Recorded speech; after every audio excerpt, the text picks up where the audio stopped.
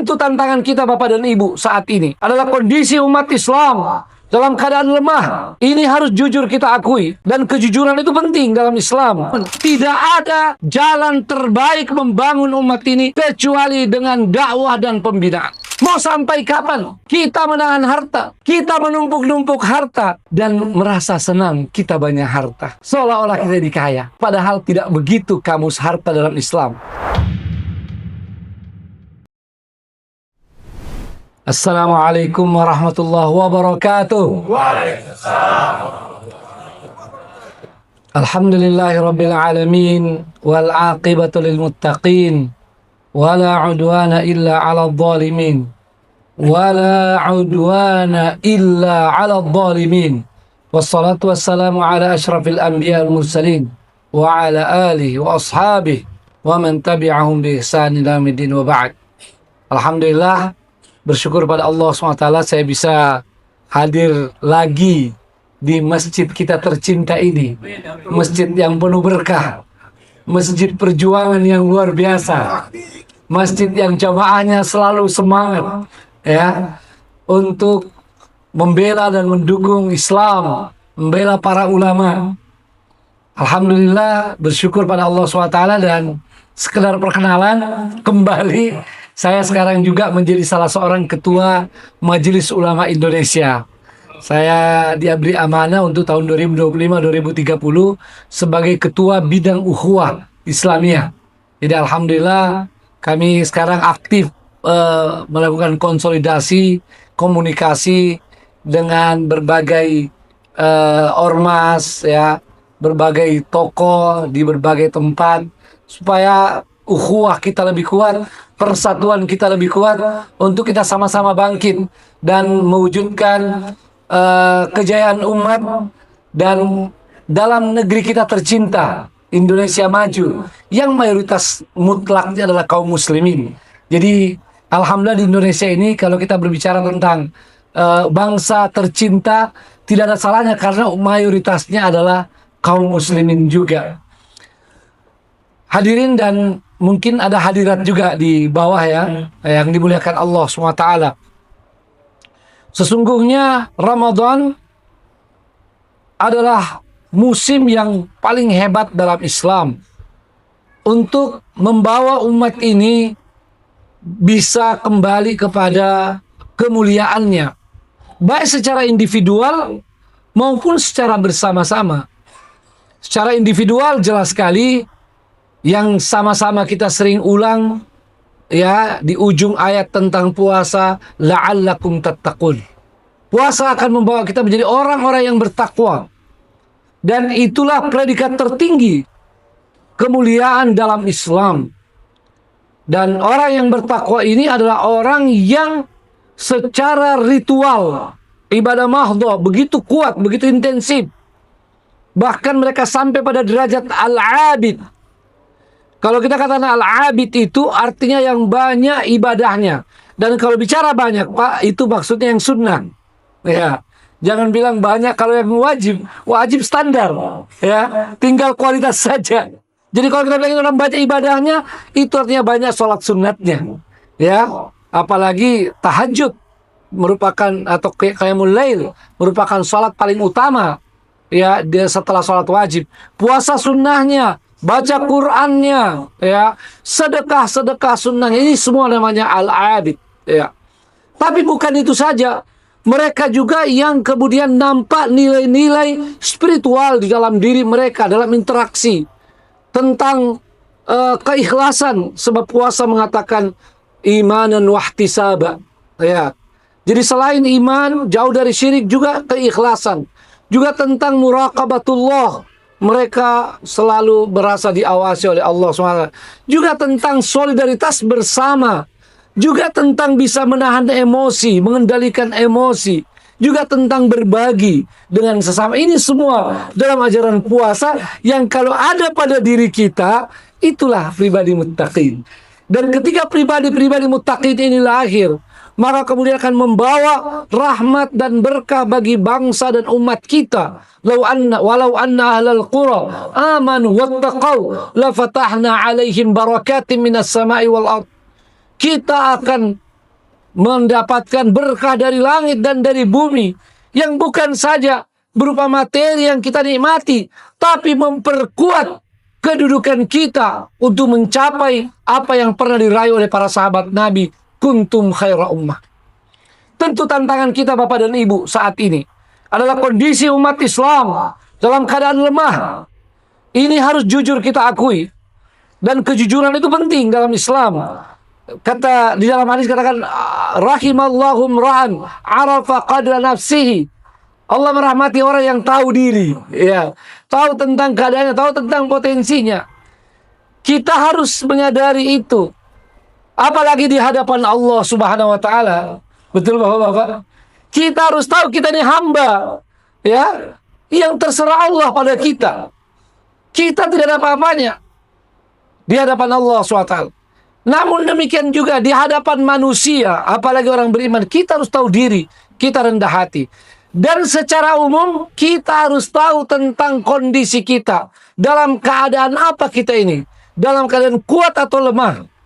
Para ulama membahas tentang perjuangan Islam. Ada dua marhalah. Marhalat ad-du'af wa marhalat tamkin. Marhalatul quwwah. Ada namanya marhalah lemah. Dan ada marhalah yang kuat. Zaman Nabi SAW demikian juga. Di Mekah. Jelas sekali itu marhalatul du'af. Marhalah lemah. Ini harus diakui, walaupun Nabi Muhammad SAW itu selalu dibimbing wahyu dan dijaga oleh Allah SWT. Betul? Tidak ada yang memungkiri itu. Wallahu ya'simuka minan nas. Itu jaminan Allah. Nabi dijaga. Tapi pun demikian, karena ajaran Islam ini manusiawi, maka di Mekah bahkan setelah hijrah pun masih dianggap masih sebagai marhalah ad-dhaf, kelemahan. Maka ketika keluarga Yasir dibunuh oleh kaum Quraisy, Nabi SAW tidak serta-merta menolongnya karena kondisi yang tidak memungkinkan. Nabi SAW bersabda dalam hadis sahih, sabran ala Yasir fa inna ma'idakumul jannah. Sabar keluarga Yasir, kalian akan mendapatkan surga. Bahkan setelah menang di perang Badar, ya, melewati perang Uhud, menang di perang Khandaq, masuk Hudaybiyah, masih terasa Nabi SAW menjaga potensi umat. Sehingga dalam perjanjian Hudaybiyah yang lahiriahnya tidak adil, ya, lahiriahnya tidak adil bagi kaum muslimin, itu diterima oleh Nabi SAW. Tapi itu adalah jalan untuk meraih kekuatan yang sungguhnya. Karena setelah itu Nabi SAW memaksimalkan dakwah, pembinaan yang lebih luas di Jazirah Arabia. Sehingga dalam 2 tahun setengah umat Islam jadi kuat dan akhirnya terjadi Fatu Makkah. Padahal kaum Quraisy minta 10 tahun. Hanya karena mereka mengkhianati perjanjian itu, Nabi SAW bisa dalam 2 tahun setengah akhirnya Fatu Makkah. Datanglah kemenangan yang gilang gemilang itu, ya, sebagaimana dalam Al-Quran surah Al-Fath, inna fatahna laka fatham mubina.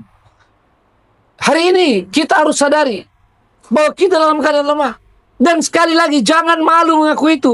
Nabi kita SAW setelah pulang dari Taif mengakui, ya, mengakui itu sambil berdoa pada ya Allah, saya ini benar-benar lagi dalam keadaan lemah, ya. Pengakuan ini untuk apa? Satu, agar kita benar-benar kembali menyerahkan pada Yang Maha Kuasa, terhubung pada Yang Maha Kuasa. Bukan sekedar doa, tapi benar-benar kita tunduk mohon kekuatan dari Yang Maha Kuasa. Itulah yang didapatkan Nabi SAW. Bayangkan setelah pulang dari Taif, dikejar, dilempar, jatuh di jurang.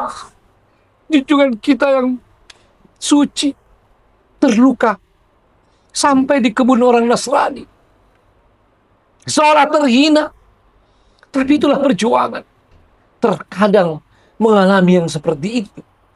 Nabi SAW berdoa, ila man takiluni, kepada siapa engkau serahkan aku ya Allah.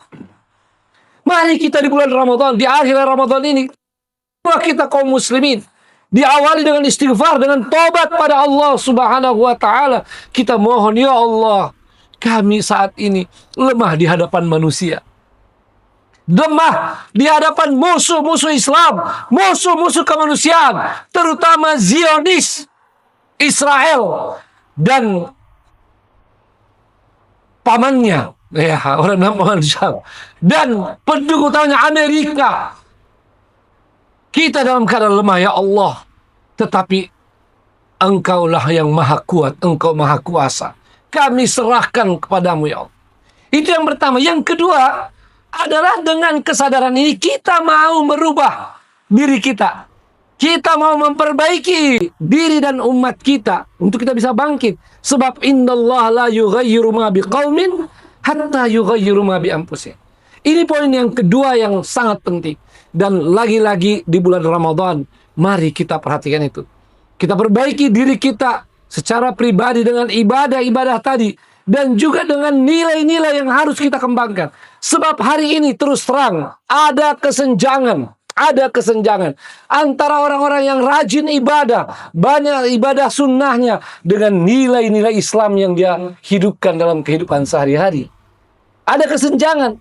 Ada lagi orang-orang yang kelihatan baik, banyak bersedekah, dan lain-lain, tapi tidak pernah ke masjid. Ya. Ini kesenjangan. Kita harus bagaimana menutup kesenjangan ini. Kepada orang-orang yang sudah rajin sholat, alhamdulillah sangat disyukuri. Sebab sholat adalah pokok tiang agama. Tapi jangan berhenti sampai di situ. Buya Hamka ditanya, Buya mana yang lebih baik? Saya punya tetangga rajin sholat tapi suka menyakiti tetangga. Tapi ada yang baik sama tetangga tapi tidak sholat. Mana yang lebih baik? Kata Buya Hamka, yang sholat itu masih menyakiti tetangga, untung dia sholat. Kalau dia tidak sholat lebih jahat lagi dia. Yang baik sama tetangga, dia belum sholat. Kalau dia sholat lebih baik lagi. Ini yang kita mesti perbaiki. Dengan selalu membangun positive thinking. Bukan negative thinking. Kalau ada yang sudah sholat, mari kita syukuri. Jangan bilang percuma sholat. Sama dengan kalau ada penceramah, percuma ceramah. Yang penting contoh itu semua adalah negative thinking.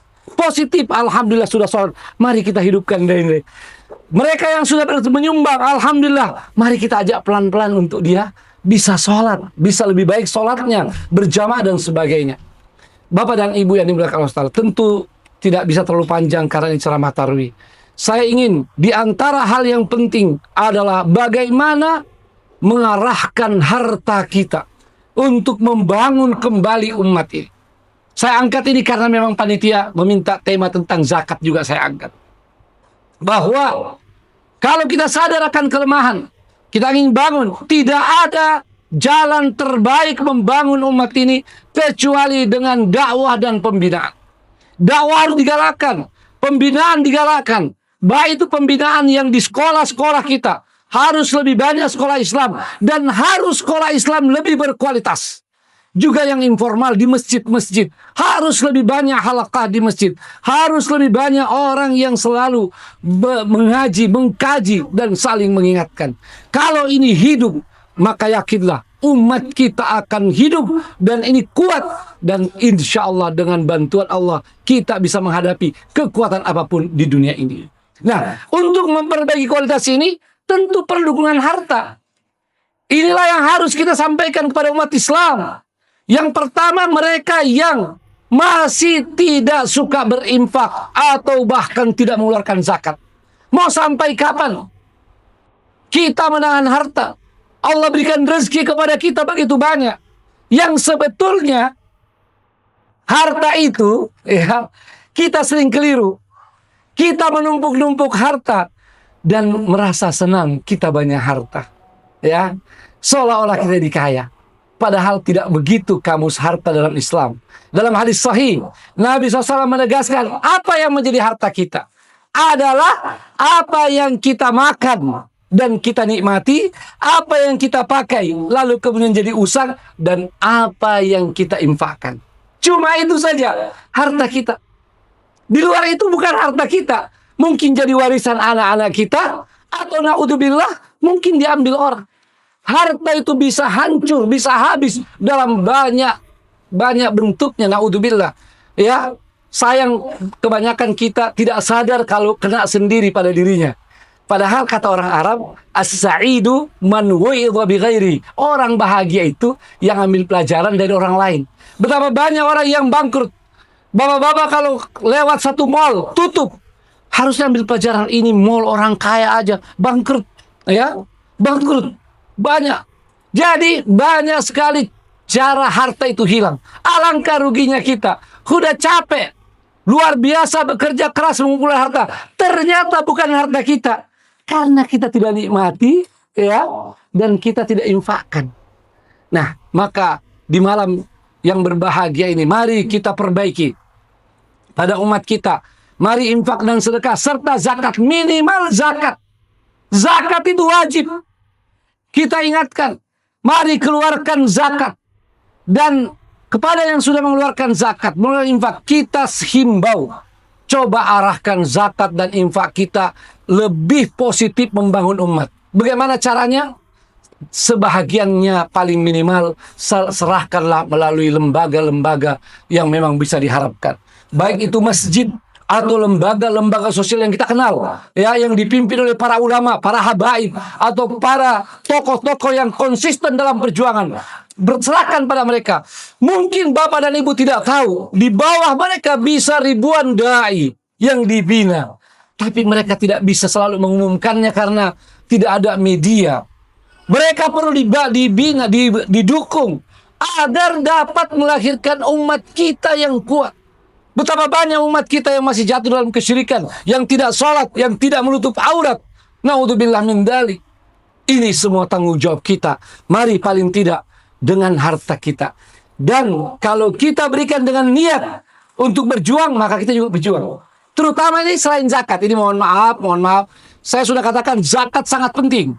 Zakat sangat penting. Mari minimal itu. Tapi jangan cepat menepuk dada. Sudah jadi pejuang kalau mengeluarkan zakat. Zakat itu wajib. Pejuang atau bukan pejuang, wajib. Itu bahkan rukun Islam. Ya, dari 5 rukun Islam. Tapi bagaimana lebih daripada zakat, infak kita. Nah, kalau kita berinfak di luar zakat, Pak, dalam hadis sahih, man jahaza ghazian faqad ghaza. Siapa yang membiayai pejuang, dia adalah pejuang. Siapa yang membiayai lembaga dakwah, dia adalah pejuang-pejuang dakwah, pejuang-pejuang pembinaan umat. Dan saya ingin ingatkan dalam sebuah hadis yang diriwayatkan oleh Al-Hakim dalam Mustadrak ala Sahihain. Beliau kata, Nabi SAW bersabda, la sadaqata wala jihad fabima tadkhulul jannah. Enggak sedekah, enggak infak, enggak jihad juga. Dengan apa kamu masuk surga? Ya. Padahal orang yang masuk surga adalah mereka yang benar-benar berjuang di jalan Allah SWT. Maka mari di malam yang sangat berkah ini, di penghujung Ramadan, mari gunakan harta kita dengan semangat untuk kembali memajukan umat. Mungkin Bapak dan Ibu ketika diminta bersedekah, berzakat, barangkali kurang semangat karena tidak melihat bagaimana fungsi zakat, fungsi sedekah kita yang sangat penting dalam membangun umat. Maka saya berikan pengantar seperti ini, dan ini yang harus selalu kita ingat. Dan mari kita tutup dengan ayat Al-Quran tentang siapa yang sesungguhnya orang beriman. Dalam surah Al-Hujurat ayat 15. Innamal mu'minuna alladzina amanu billahi wa rasulih thumma lam yartabu wa jahadu bi amwalihim wa anfusihim fi sabilillah ulaika humus shadiqun. Hanya saja orang-orang yang beriman itu adalah orang yang sangat yakin kepada Allah dan Rasulnya serta tidak ragu-ragu. Ini paling pokok dalam iman. Lalu masuk pada ciri orang beriman. Dan di sini satu-satunya ciri orang beriman disebut adalah dan mereka berjuang di jalan Allah SWT dengan diri dan harta mereka. Maka bagi Bapak dan Ibu yang merindukan kejayaan Islam, mari kembali pada ayat tersebut. Bahwa kita buktikan sebagai orang beriman dan kita menjadi pejuang dengan harta paling minimal. Dan kalau bisa termasuk dengan diri kita, ulaika humus shadiqun. Mereka itulah orang-orang yang benar imannya. Semoga bermanfaat. Ja'alani Allahu wa iyyakum minal mu'minin haqqa wa minal mujahidina fi sabilihi. Subhanahu wa ta'ala innahu waliyudhalika innahu karimun jawad. Wassalamualaikum warahmatullahi wabarakatuh.